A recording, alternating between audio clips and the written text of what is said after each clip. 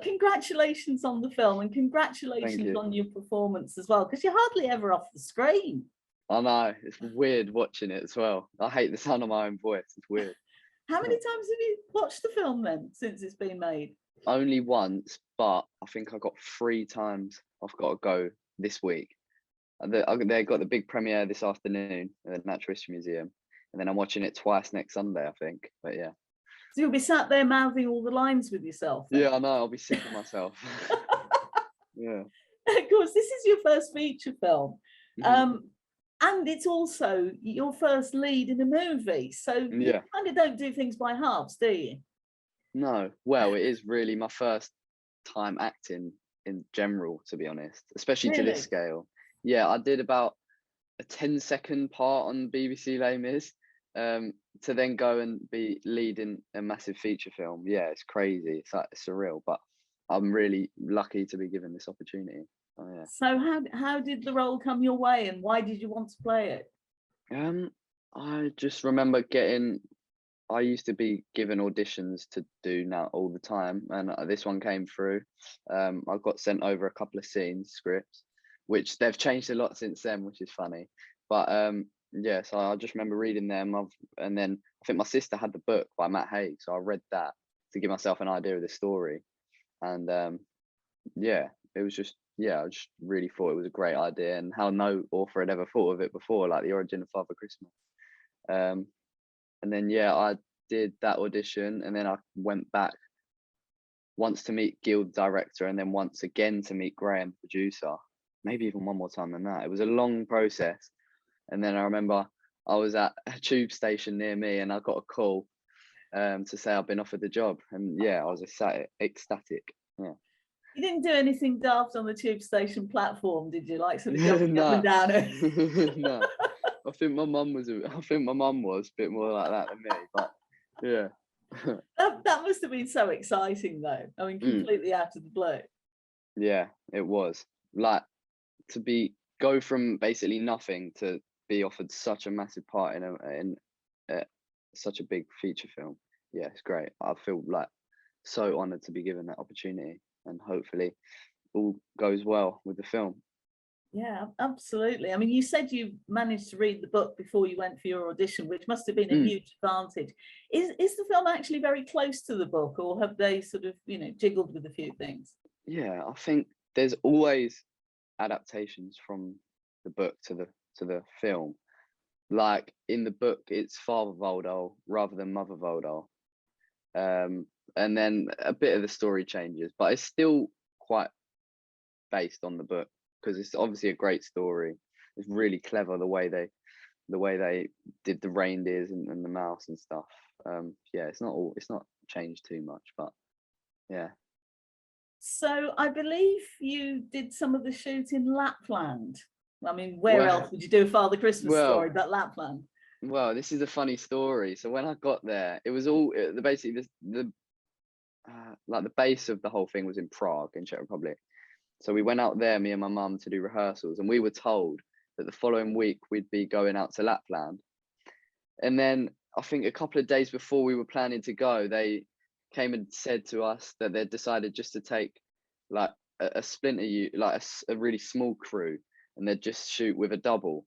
So yeah, we was really disappointed, me and my mum, because we thought we'd be going out to Lapland, but instead I think we had to go home instead while they'd do that. Mind you, you were spared all the cold. Yeah, that's true. Well, saying that, we was out in Slovakia the first week of filming, and that was like -300. It was freezing. Yeah. How did you cope with that then? Had about 3 layers of thermals on, I remember. Yeah. Then the second the sun came out, it was boiling hot. Oh no. But, yeah. But yeah, it was all amazing experience, and the place we were shooting was beautiful in the middle of the mountains on this frozen lake. So yeah. So that kind of made up for being freezing cold all the time. Yeah. Yeah, I like the snow. I'm not complaining. It makes it look all more real. Well, this is true. And of course, in the film, you're working alongside some really top British actors. You've got Jim Broadbent, you've got Toby Jones, you've got Sally Hawkins. What was that like for you? You must have been pinching yourself. Yeah, it was amazing. I've grown up a massive Harry Potter fan, and then Toby Jones, Jim Broadbent, Maggie Smith, Yeah. all big stars in Harry Potter. So yeah, that was pretty surreal. I think the weirdest part of it was that the first time I met Jim Broadbent, I was basically sitting in the middle of this massive green screen room on basically a Bruckin Bronco. It was like a little plastic mechanical horse, as if it was Blitzen. So I remember just sitting on there, and this thing was just going like that. The first time I met Jim Broadbent, which was odd, but yeah. That's ever so slightly surreal. I know it is weird, but yeah, it's amazing to for my first job to be working with some of the biggest names in the industry. Yeah. One actor though that we don't actually see, and he's actually quite important, is of course Stephen Merchant. Yeah, who's the voice of Mika the Mouse. I wondered how you filmed those scenes in particular. I mean, did you have something to act to, and could you actually hear his voice at all? No, so funnily enough, supposedly talking. Yeah, funnily enough, I've still never met Stephen Merchant. I think I'm going to meet him. I think I meet him this afternoon for the first time at the premiere. Oh, right. But yeah, it was weird. I remember the first time I heard his voice, we was in post and we was doing the ADR, and I like just some audio stuff, and his voice was on there, which was quite funny. But no, during the shoot, it was just Mika was just this little metal pin on my shoulder with a little green tape around the top. So yeah, it was just acting to that, and then Gil, the director, would do his lines, and we had there was a couple of puppets as well that would do a couple of scenes. But yeah, it was quite weird. But now to see it all come to life is amazing. I mean, in some ways, it's probably no bad thing that you couldn't hear his voice, because otherwise you'd have had real problems trying to keep your face straight. Yeah, I know, it is funny. I think his accent as well adds to it. It's like the Bristolian West Country, because my whole family's from there. Oh, really? Yeah, well, my dad's side of my family is Bristolian, so I just find it funny that accent.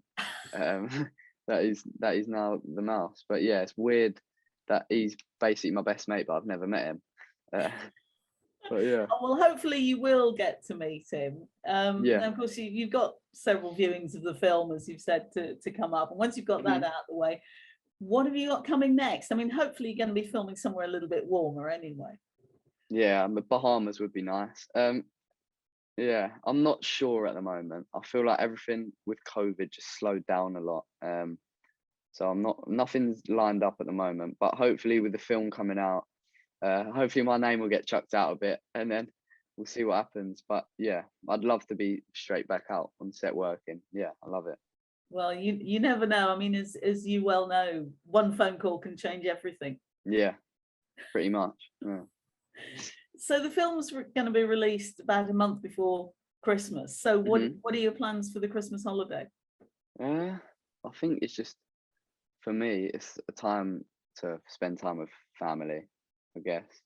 But I think the day after Boxing Day, me and my family and a few friends are going.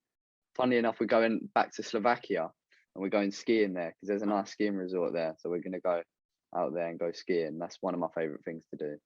But yeah, I don't know if there's anything else I can think of. You really do like the snow then, don't you? Yeah, I do. I've since I was little, I've always been skiing.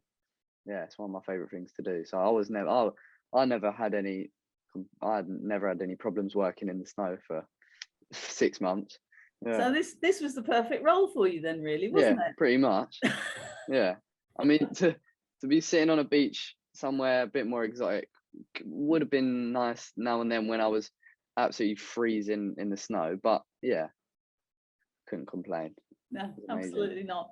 Well, it's a lovely film, and I thoroughly enjoyed it. Thank you. And I hope lots of people go and see it and enjoy it just as much. So thanks very much for your time, Henry. It's been lovely to talk to you. Yeah, you too. Take care.